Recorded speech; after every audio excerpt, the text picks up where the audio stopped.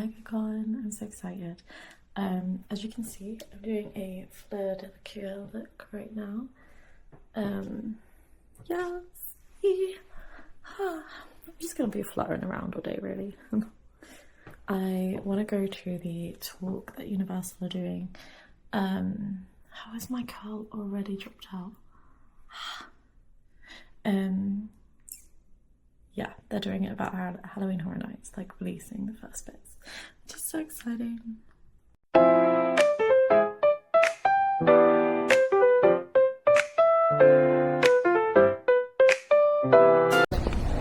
Okay, we are at Comic-Con trying to find our way in. Got Alice, Pirate, and superhero Nightwing. I knew that. And Oliver's just Oliver. We move.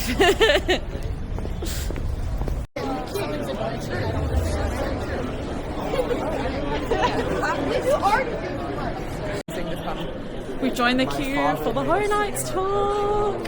We're hoping to get in. Apparently it feels like 10,000 people. So, should be okay. But we get to find out the first info. Oh my god. What do we think it's going to reveal? I think they'll at least reveal one house. Yeah, me too. And the icon. But I'm pretty sure we all know that that's going to be the clown, right? No, because what if it's two? It could be two. I think it's carnival themed. They've only like let out a logo at the moment, which everyone is saying is carnival. People are saying it could be Art against Jack. Could be Art and Jack. Imagine if they came out. Oh my god! If Art comes out, I'm gonna lose my mind. If they like either of them, gonna lose my mind. The clown. But yeah, we're very excited. We don't know how much they're gonna release. We're through. We're scanned in. We have left Oliver, but as Teddy said in the car, no bathroom break. So he may still be able to get through. We're in the queue for it. I'm so excited. Okay, so what are our bettings of houses they may announce? I think Lady Gaga. I think maybe six. Okay. That's our guesses. Yeah, maybe right. Jack versus Oddfellows. Maybe. I don't know. I think they might do a whole carnival house, like a clown house. Yeah, that would be Jack versus Oddfellows. Yeah. Oddfellows the ringleader. Yeah. That would be cool. But I'm actually praying for a Lady Gaga house because I really loved the Weekend house. Oh, I didn't see that, but it did look good. It was so good, so good. So Lady Gaga, if they did it similar to that, would be amazing. I love that. Guys, we are ready for Horror Nights to begin. Into the fog. Into the fog. Oh my god, can they fog up this whole place? It is foggy. You don't yeah, but it's not foggy here. That's true. The fog will reach us. The fog.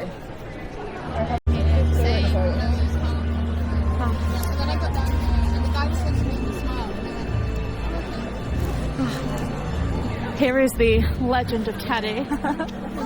That's got us down here. And by the looks of it, the front middle is the vlog.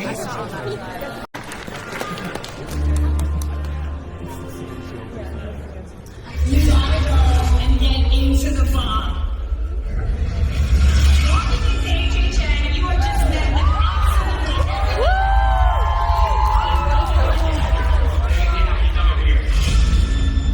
we just transferred the rest for anything more. You can't get this experience anywhere else. The passion that was put into this house, I can't think that house like 10 times.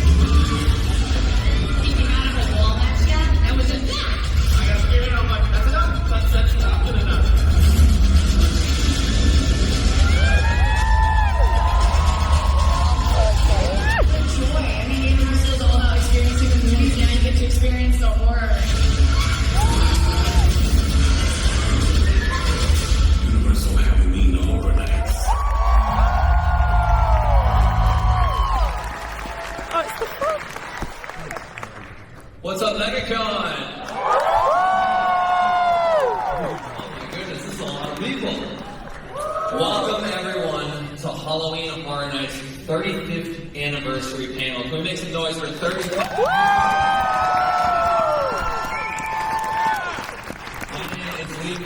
I come from Screen Rants by way of New York City, and I'm your host for this evening. Halloween Horror Nights 35 is way more than just another milestone year. It is a celebration of decades of storytelling, innovation, and unforgettable nightmares. And finally, make some noise for Mr. Charles Gray.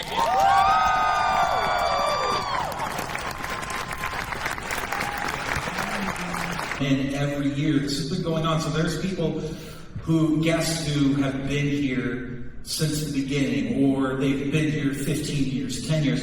There are new people engaging in these stories, and a lot of times they come in and hear about a past house or scares on, man, I wish I could have seen that. And then we get to reintroduce some of these stories and kind of touch on some of the characters that they wish they could have seen too. So the new people get to learn these stories too. It's very exciting. Yeah, you guys kind of touched on this next question there with that response, but I still want to ask it deliberately. When it comes to approaching, balancing those fresh ideas with nostalgia, especially in the milestone years, how do you approach that creatively? It's a careful balance, because again, we do want to be able to deliver what everybody, especially anniversary, everybody kind of maybe expects us to do, but how do you kind of flip that? How do you turn that on its head and build towards something that feels like a warm blanket, but at the same time is something that you're going to be surprised by?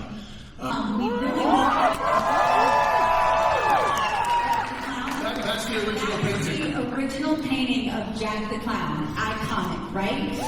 In 2000, we wanted to change a little bit of our identity. And we really wanted to bring a voice to the event. We wanted to bring a voice that could talk about the event, to instill more fear in a verbal community. Yes, and I think for 35, it was the reverse, right? Yeah. It's about maybe icons first. And maybe it's the icons first, because again, anniversary year, we love to bring back the icons, right? Those of you who've been with us long enough to know, we like to bring back an icon in an anniversary year. You kind of teed up my next question there perfectly, Laura. It's an anniversary year, it's a milestone year. Can we expect to see any icons at Halloween Horror Nights? I mean, do you want to see some icons? MEGACON. We today, this morning. It's still night for some of us. It's 2 a.m. Yeah. This morning, we are going to bring to you Halloween Horror Nights at Universal Orlando's 35th year. We will bring the Ringmasters of Fear. That's a video.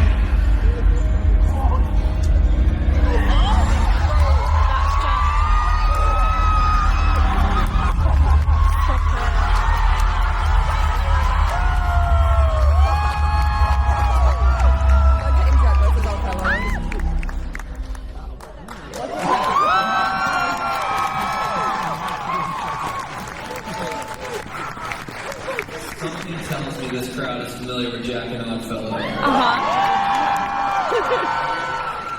But for those unaware, for those who are unfamiliar with the backstory, Charles, could you tell us a little bit about Jack and Oddfellow? I could talk for 3 hours, so I'm just going to give you a brief.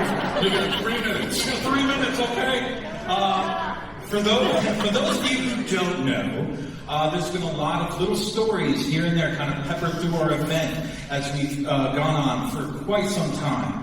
But boiling it all down, we didn't see Oddfellow for some time. It was really, we were introduced to Jack, and then we found out that Jack and Oddfellow, this other character, were at odds with each other. And then we slowly also found out that there was, if you remember the different iterations of Jack, there was the Ringmaster Jack at one point, and he had taken this coat and this cane from Oddfellow. We still didn't know exactly who Oddfellow was. And in the story, you find out that Oddfellow and Jack had a conflict early on, before Jack was even a clown.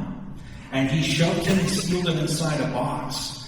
And then later on he came out of that box, Jack did, and he had stolen the coat. And then as the years went on, we were finally introduced to Oddfellow. And you all saw him. But this conflict has gone back and forth, more in legend than what we have presented. And this year, bringing them together, this is not a partnership, if you will, right? It's a coalition of convenience, I think. Yeah. They aren't buddies, right? They are here because they know if they work together, they can engine more horror and put more fear into the hearts of all of you. The big question that was asked after we introduced Oddfellow was who would win in a battle, right? They're like, no Oddfellow, no Jack, and then went back and forth, and back and forth. Well, the reality is there is a story where they are the same coin. They're both different sides of that coin as it kind of flips through the air. But it lands on the edge rather than falling one way or the other as they're combined, like you said. And they're combined in two kind of really amazing words with control and chaos. That'll come up later. Yes, so the overall thematic that we've created with these characters for 35 is, again, they are two sides of the same coin. They need each other. They're both different personalities, but when combined, they kind of fill out a single presence. And coming together, we thought it would be really fun, knowing that Oddfellow had his carnival, Jack had his carnival of carnage at certain times. If these two monolithic characters came together, what kind of event would they bring to the table? And the title of that event is the Infernal Carnival of Nightmares. For those maybe trying to write that down in your head, just look at each letter of the words.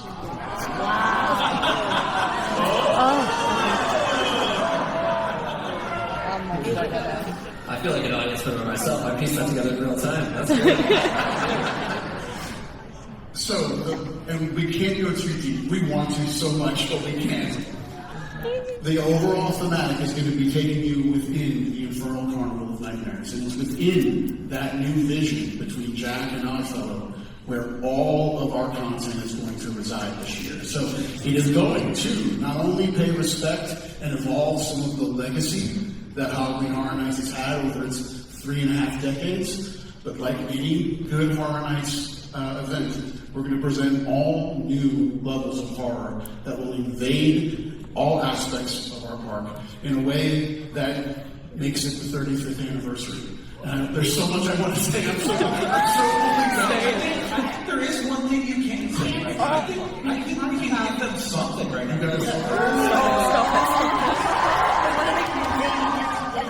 Yeah. Let's talk. Sure, let's do it. So, our merchandise partners, Charles, do you want to talk about it? We already have a design that we wanted to share with you today. We're very excited about this. Let's take a look at it. That's so cool. I like it. I wish I could have that now. But you can. Say what? At the end of our presentation, you will have a QR code. This is merchandise that you can get today. You can we'll be repping these keys as we walk around MegaCon today. Okay, yeah, standing. Amazing job bringing Oddfellow and Jack together in this infernal carnival of nightmares on this amazing merchandise. It's amazing. You guys are going to want to stay there. You are going to be in the presentation. I will want to scan that QR code. I said earlier, I want to go to Charles, let me get your input on this. Oddfellow and Jack are not exactly friends, as you mentioned. There might be just a common denominator that brings them together. Could you kind of tease what gets them on the same page? All right.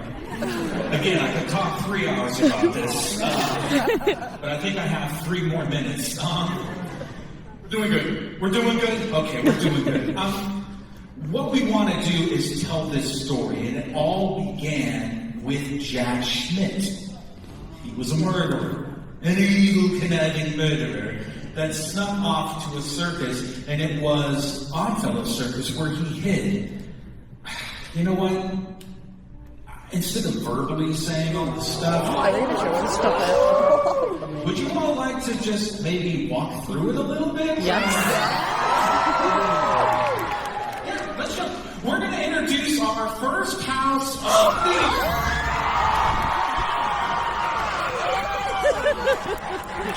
Oddfellows, chaos and control. Oh my god.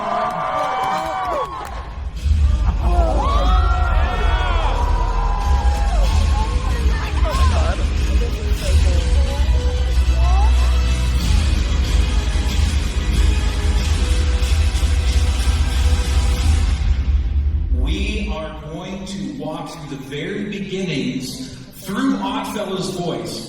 Okay, Mike, you gotta keep me honest here because I'm just going to talk. Okay, so when you go through the haunted house, we are going to hear the narration of Oddfellow telling us the story, the origin story of Jack from his perspective. As Jack goes through this carnival on this killing spree, and of course, a lot of you know that history. It brought the police to that place, and then in desperation, Oddfellow had to seal him inside the box. Let's stop right there because there's a new little twist, something that we've discovered. We all know that Oddfellow can go from place to place, right? He's a time traveler, go to different dimensions. He's taken over many different places. And we kind of coined the term for that, the Oddverse. And he has these different portals that he goes through. Well, the box was one of those portals. And again, I don't think my words are enough. Let's show some artwork that we were working on here that kind of demonstrates the story as we go through. Jack gets sucked into the Oddverse, and Oddfellow goes into this dimensional world that he owns and tortures Jack.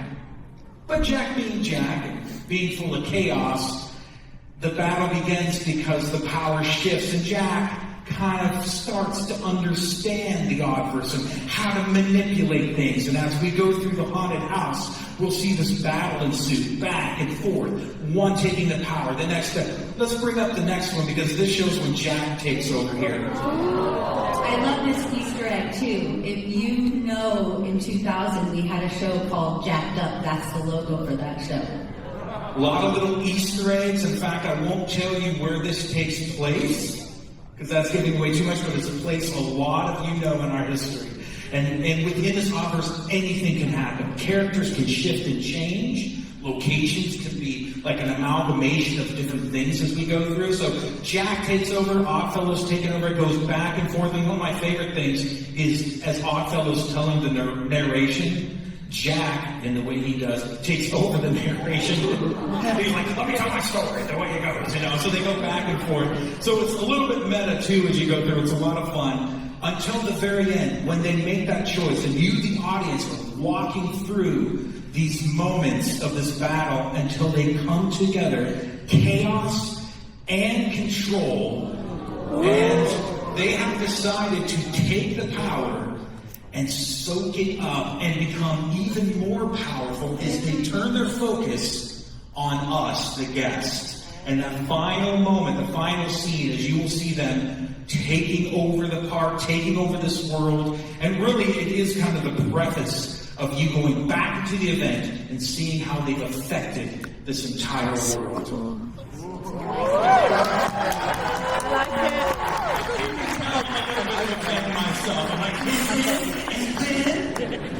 I did have a question about the storylines, but I feel like you touched on just about everything right there, and I don't want to reveal too much, but I'd love to get a teaser for if we can expect any evolution in Jack and Oddfellow's looks. We always analyze that, and it is a big debate, like, should we change them? Should we present them as they've been seen? And there's been different iterations of Jack, but because they've gained so much power, because they have truly morphed in that level, they become titans, you will see a little bit of a tweak and change to the way they look also.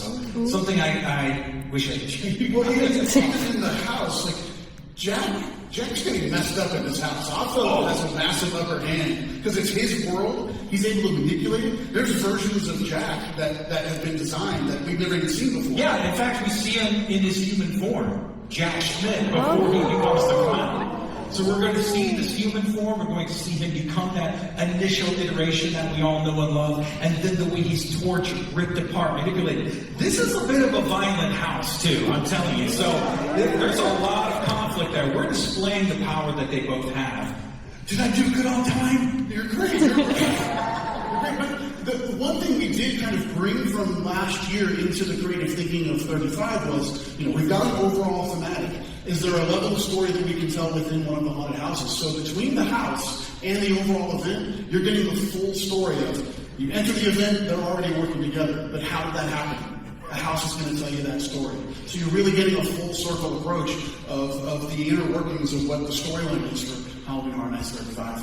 It's very, very cool, very fun. Dylan Collins is the designer. You guys know Dylan, he's just amazing. And he's gone absolutely insane inside this house. It's wild, absolutely wild.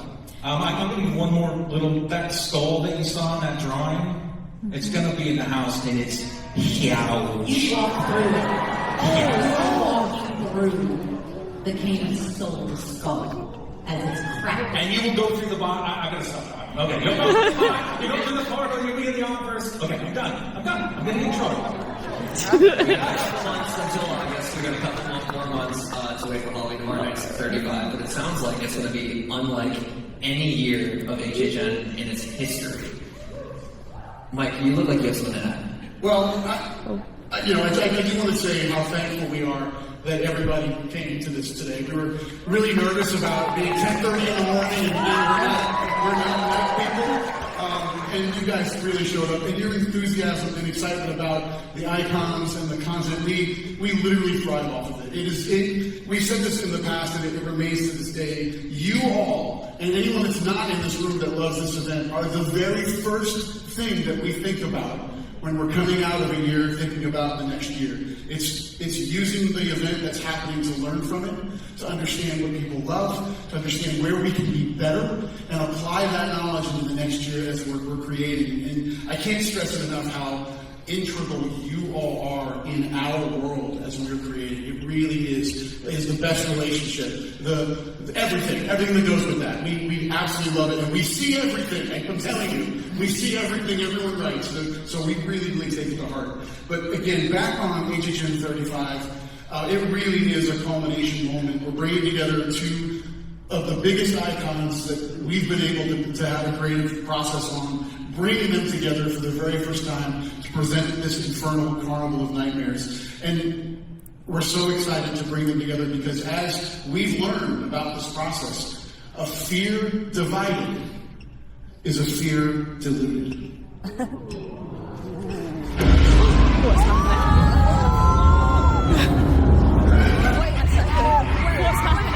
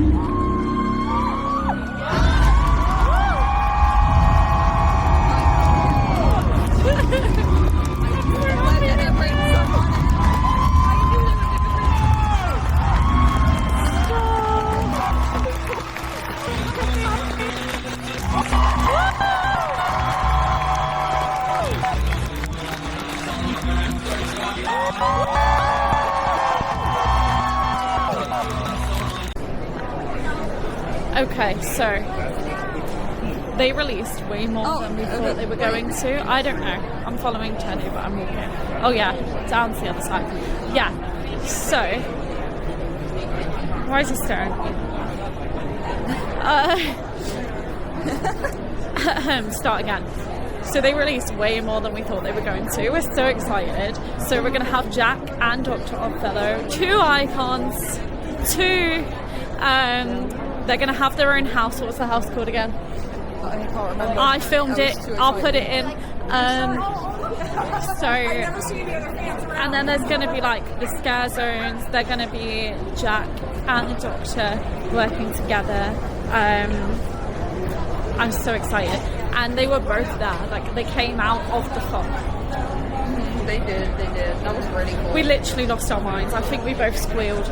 We did. We were like, I almost flew out my seat. I can't. So we're very excited. And we just ordered the first merch of Euro Nights 35. We're going to bring you more news when it comes, but right now we got lots more information than we thought we were going to, and it's so exciting. French fries.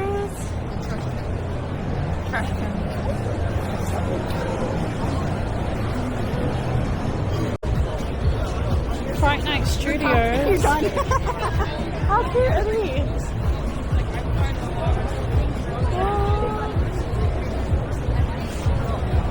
So fun. This brings me joy. Never again after I got one and then the music started going in the middle of the Hee night. Never again. For Colin O'Donoghue.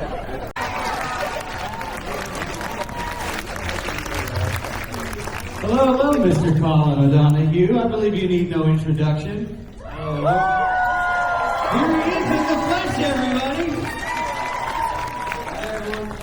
Hi. This is good because I thought there would only be like 5 people here, maybe. So how are you enjoying your weekend so far? Good. Have you seen any crazy Captain Hook cosplays anywhere yet? No, I haven't seen any yet, so that's good. I mean, I literally Are there any in here? No. Okay. Can you stand up?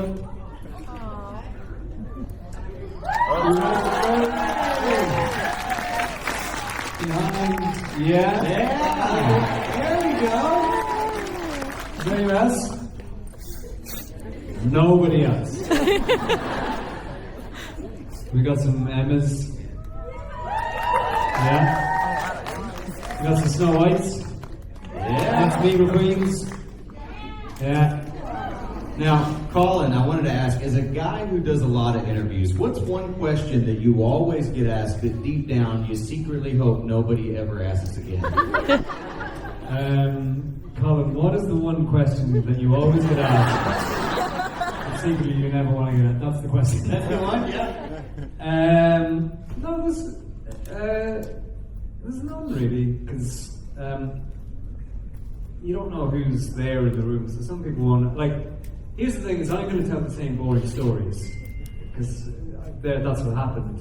So there are going to be some people will know them and some people won't. So, the one sometimes is why don't you wear eyeliner more often? Because you look completely different in real life than you do in the show, with a look of disappointment on their face. That tees up my next question perfectly, because I wanted to know, do you think Captain Hook would have become quite as iconic without the guyliner? No. I mean, I like to think that my acting at some point by the sound of the comments I get, probably not. Well, you do pull it off, I must say. It's the, I don't know. I've never tried to wear guyliner, but I don't think I would pull it off. You should. You've got blue eyes. It'll work. You think so? Yeah. Oh, I'm gonna go for someone right after this. It's gonna be great. Now, I've heard when you were building out your version of Captain Hook, and you can tell me if this is true or not, but I've heard that you based him off of Dread Pirate Roberts. Is that true? Partly true. Yes, some of it was. Most of it was Colin Farrell. My question for you, as an actor, I imagine that you've been in a variety of franchises. Do you have like a dream franchise that you would like to act in, or a stage show that you would love to do, a projection? I got asked this question in the meet and greet there, and I'll say it. I wouldn't normally say it, but because I know it's never going to happen now. I'm too old. But I'd like to play James Bond. Dude, when is Disney gonna give us the movie that we need? You, Johnny Depp, pirates in the Caribbean, just freak out. Bro, you know what I mean, right? That's what I'm saying. That would be the greatest film to ever grace the stage, the screen. You, Captain Sparrow, Captain Hook, just drinking your face off for Come on, 2 hours. for real. I think the crowd needs to let everybody know how much You're amazing, dude. Every episode, thank you. Thank you very much. I don't smoke when I say this, but I've interviewed Colin a couple of times, and you're genuinely like one of the nicest people that I've ever met. Like, no, that like I'm not even joking. Like he's always been so friendly to me. I can't imagine anybody not liking him. Next question. Hi, my name is Meg. And my question is, because you mentioned, wanting a Captain Hook spinoff. If there was a Captain Hook spinoff, like, do you know what you'd want the plot to be? Do you know who you would want to be in it with you? I don't care as long as it's all about me. I have no plans to do any musicals. But I am recording an album with Karen David next week. Good. Who are you looking at? Hey. I had that done, nose is number. I couldn't afford anything in Beverly, I'm not fancy like you. Oh yeah, it is. Okay guys, extreme magical moment at Comic-Con. I just got given this hat from a vendor at a booth. She was like, do you have a hat to go with your costume? I said no. And she ran and grabbed it. And I was like, oh, I don't have the money. And she went, no, just take it. So I have a free hat.